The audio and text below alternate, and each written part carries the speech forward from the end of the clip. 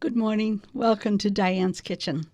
I would like to thank my three sponsors. That is the Body Shop Fitness Centers, both in Shell Lake and in Spooner, Greenfield Physical Therapy and Sports Medicine, and of course our friends at Edina Realty. They are the Lakes team in Spooner. Good morning. Welcome to Diane's Kitchen.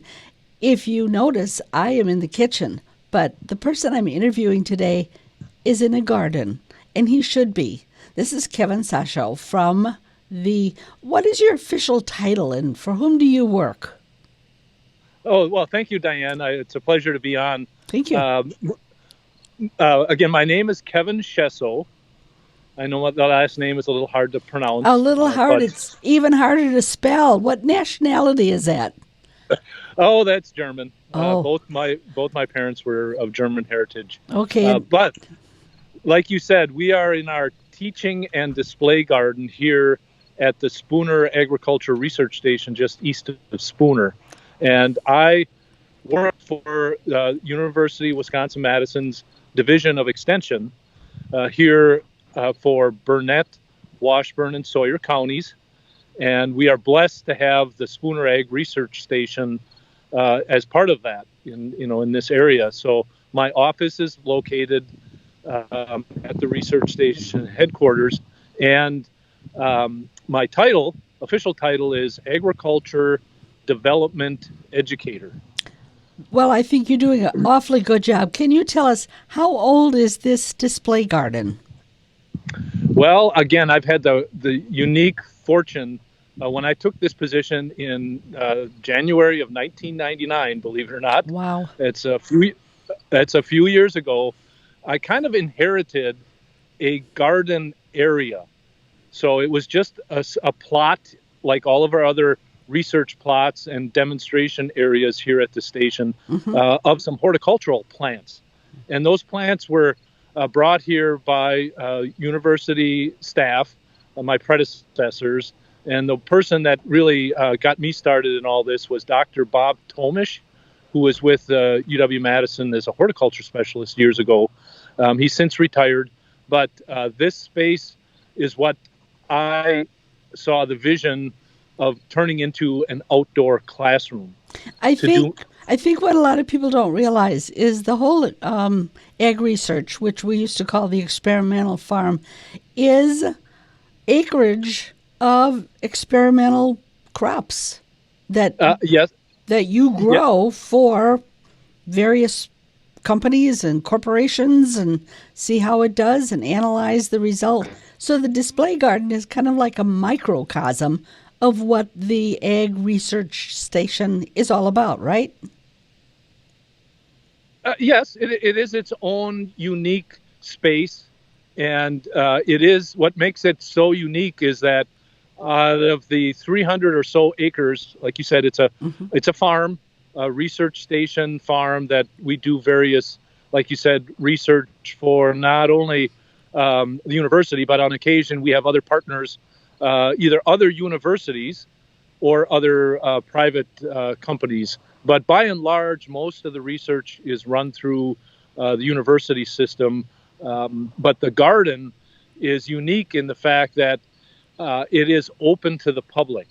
It's about 1 acre of land amongst the surrounding crops, and that is the space that we have developed into this beautiful garden space. It's not an arboretum.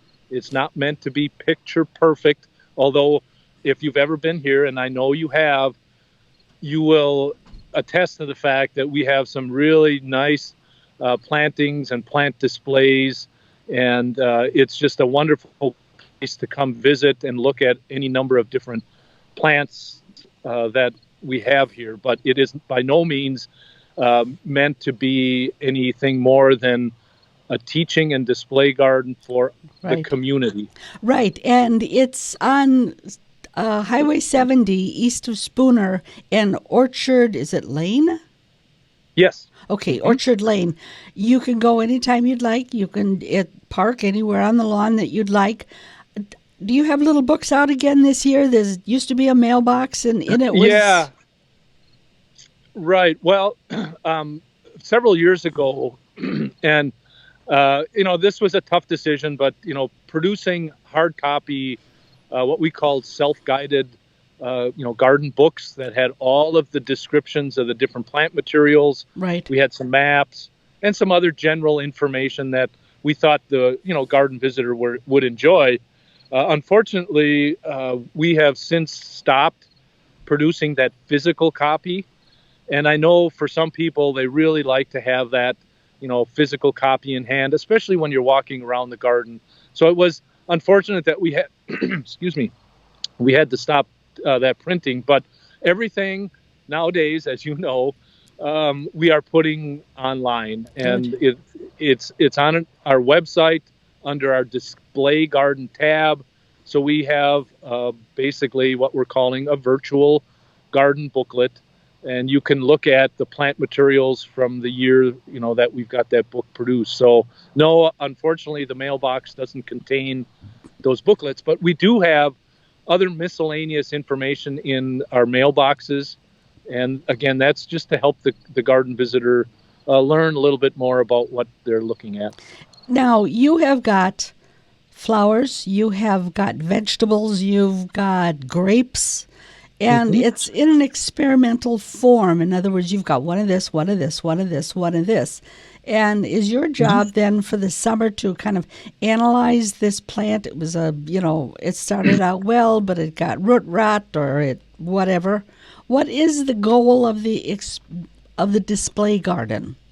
Yes, early on, because again, this property and the long history of the Spooner Agriculture Research Station has been to do research and demonstrations. Demonstrations have a little different kind of value than research that we collect data and write reports and all that scientific stuff. But as time went on, we found that this space was best suited for just doing displays, demonstrations, and we don't do much in the way of evaluation data as far as collecting. We did in the early years, and what I'm quite proud of is for many years we were doing small vegetable trials, and working with the researchers, we were able to find enough space in this 1 acre plot to do that. But it really research requires a little bit more space than we could allot in our garden. Sure. So since we have now expanded our vegetable research to its own project in another location on the station. Oh, is that open to the public or is that just for you? No. That it would be, like I said, what's unique about the teaching and display garden is it's the only area that's officially open to the public, because the rest of the property, and as you drive through here, it is, you'll see the signs that says, no trespassing. For obvious reasons, this is state property with research going on, and we'd rather not have the general public, out in those spaces. And it's a farm. It's a working farm. We do different farming activities that we maybe don't want the public to be, out and about on. So unfortunately, we discourage people from driving through the the main part. But the display garden is open, easy parking. Yes, it is. And you can go by yourself. And one of the reasons that we are featuring it is because if you're into social distancing, this is the place to be. You can go there all by yourself, or you can go with somebody else. And it is marvelous. I can't remember her name. I think she was from Stone Lake that designed the garden. Just amazing. So clever. If you're a gardener or if you're a wannabe gardener, you're not going to want to miss this, because just putting this little seating area at an angle changes the whole garden. It's unique. Yes, and like I said, the main purpose is, as a display garden, as the name implies, but it's open to the public, and we have various themed garden areas. And as you mentioned, we took some deliberate steps with our master gardener volunteer folks. And we've had some very talented people go through this organization in the last 20 or so years. And we started with what I'm now sitting in. And I know at some point I'm going to get up and walk around. But this particular area that I'm in right now, I'm sitting on a bench. And there's various benches scattered in this particular garden. But this is our monarch and pollinator sanctuary garden display, and this has taken on many different forms over the years. It started out as a kind of a landscape display garden with all these different shrub roses and various other ornamental flowers. And in the last 4 or 5 years, we have transitioned this to a pollinator garden, and we've left a lot of the larger shrubs and the more ornamental type plants scattered in here, but we removed, literally hundreds of other, non-pollinator friendly plants, if you will, and replaced them with a number of native plants and other plants that are known to be really beneficial to butterflies, bees, any of the flying insects that like to visit flowers. Right. So can you show us what you're talking about? Sure. I'll do my best. And this is our first try, as you know, Diane, to give it a shot. Virtual. And we are very happy to jump on the virtual bandwagon. So I just stood up, and I'm going to just kind of walk down some of the paths that are in this garden. And I don't know what you're able to see as I do that, but I'm going to turn the camera, and this right now is in full bloom.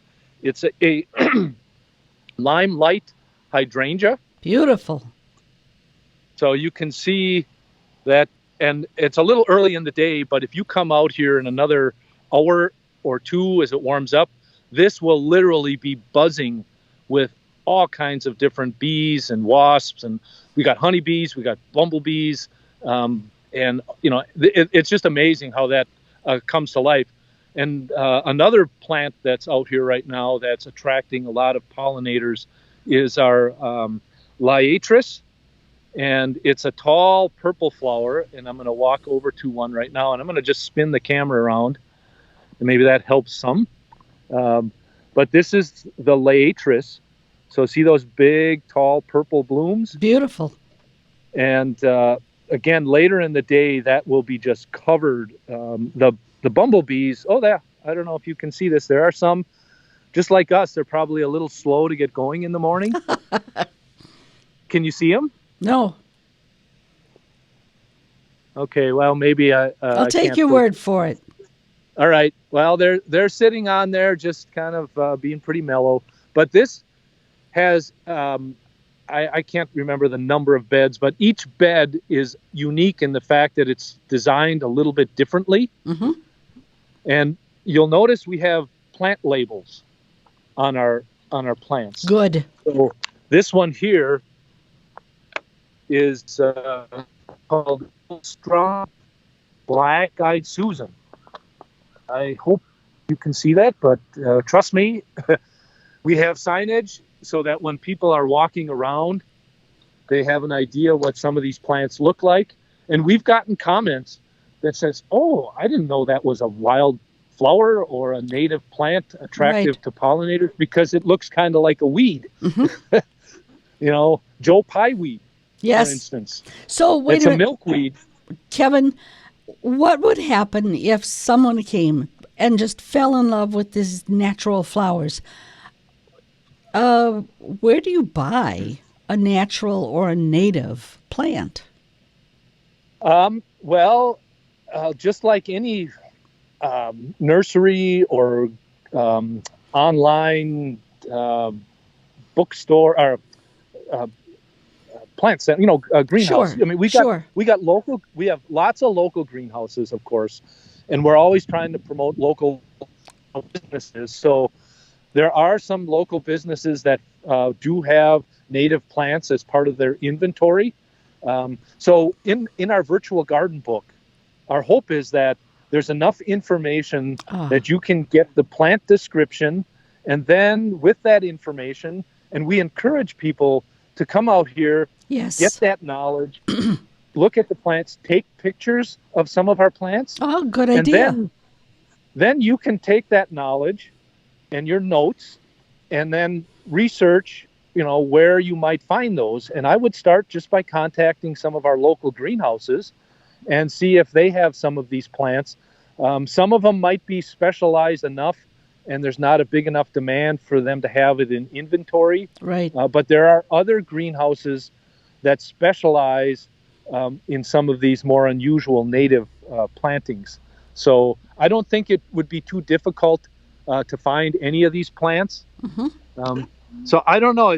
Are you seeing? I am, and it is absolutely beautiful. And I think what makes it even more beautiful is once you plant natives, from what I understand, they just naturalize. You don't have to fuss with them. You don't have to water them. They are really hardy plants because they are native.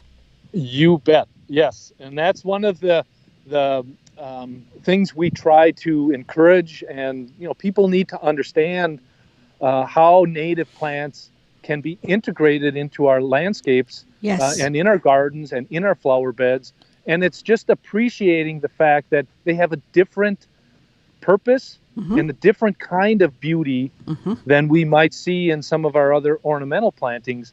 And I'll tell you one thing, when we switched from, more of those, I don't want to say hybrid, commercial, pretty kinds of plants, to the native ones that were well known to be pollinator friendly, that saying, build it and they will come.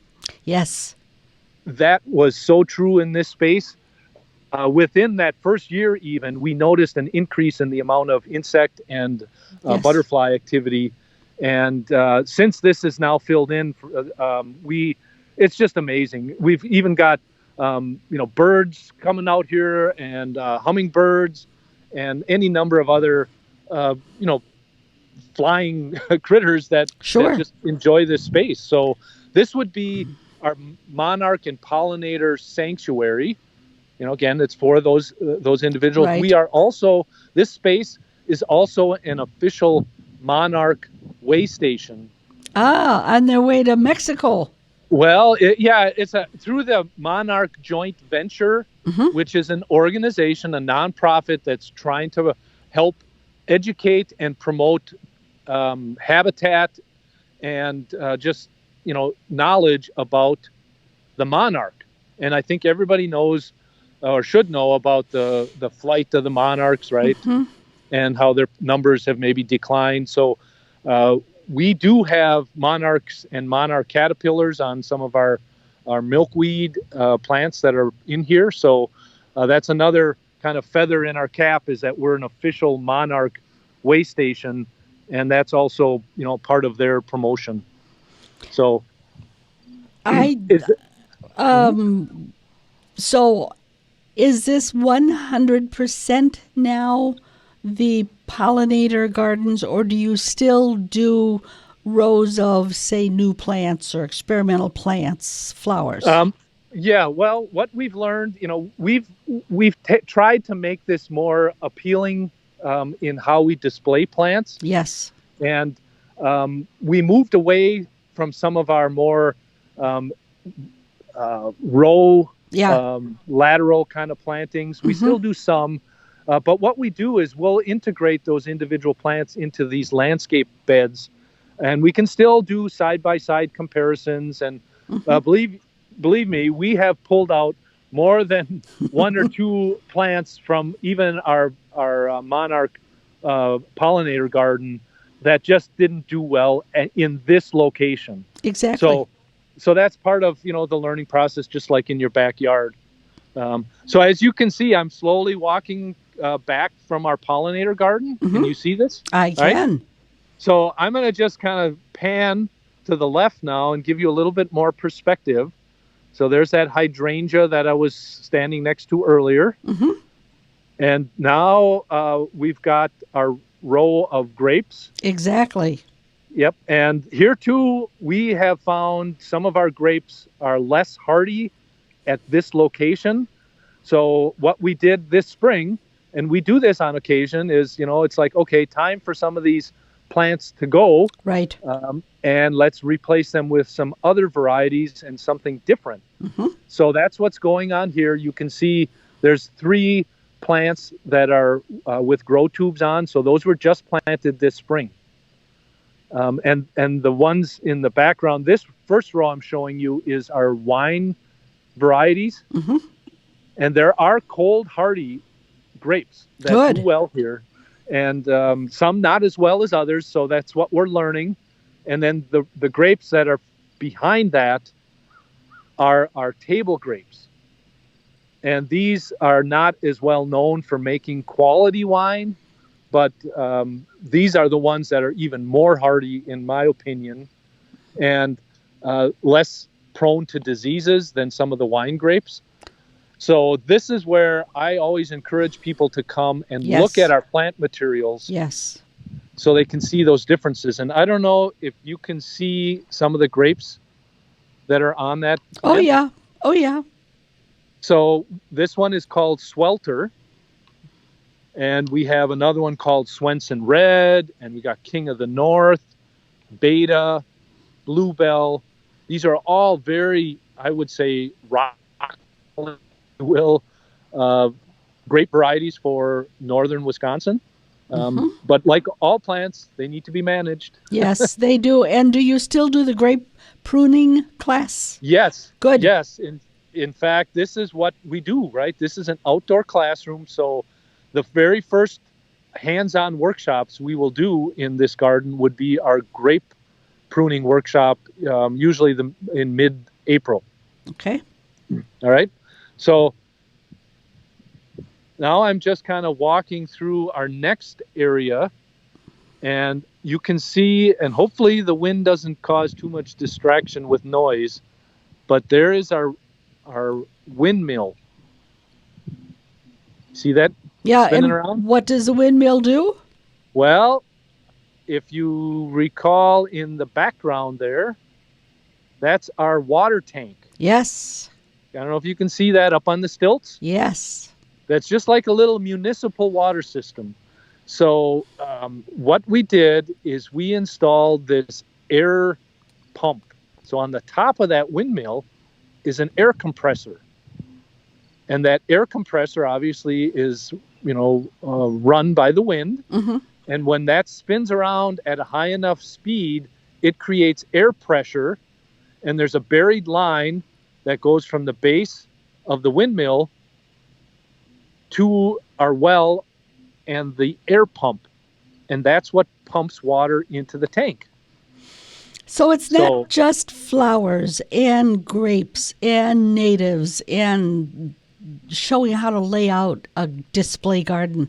This is fully functioning. So anybody who's interested in any part of putting in a garden or being smart with water, and I know you have compost bins. People are still curious about compost bins, and this is a display garden. This is a teaching garden, and this is someplace that you can go and take a notebook, take a piece of paper at least, write things down. You are going to learn so much. Kevin, we are almost out of time.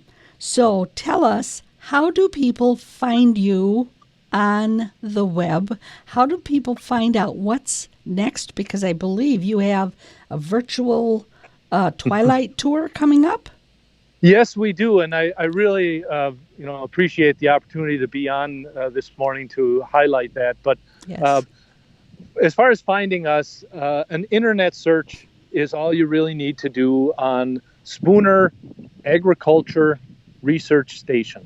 Google it. That's the simplest way. Okay. And from there, you'll get to our main website, and there's a tab on there for Display Garden. Oh, good. And on that tab, you will find links and other information related to the Display Garden. So that's online, how to do that. I also really need to acknowledge the fact that we have master gardener volunteers who are essential Yes. in making all this happen. They're the ones that design all these flower beds that we're looking at, and vegetables. There's flowers and vegetables planted together in our All America Selections display, which I didn't mention, but that's another thing we have in our designation we have in this space.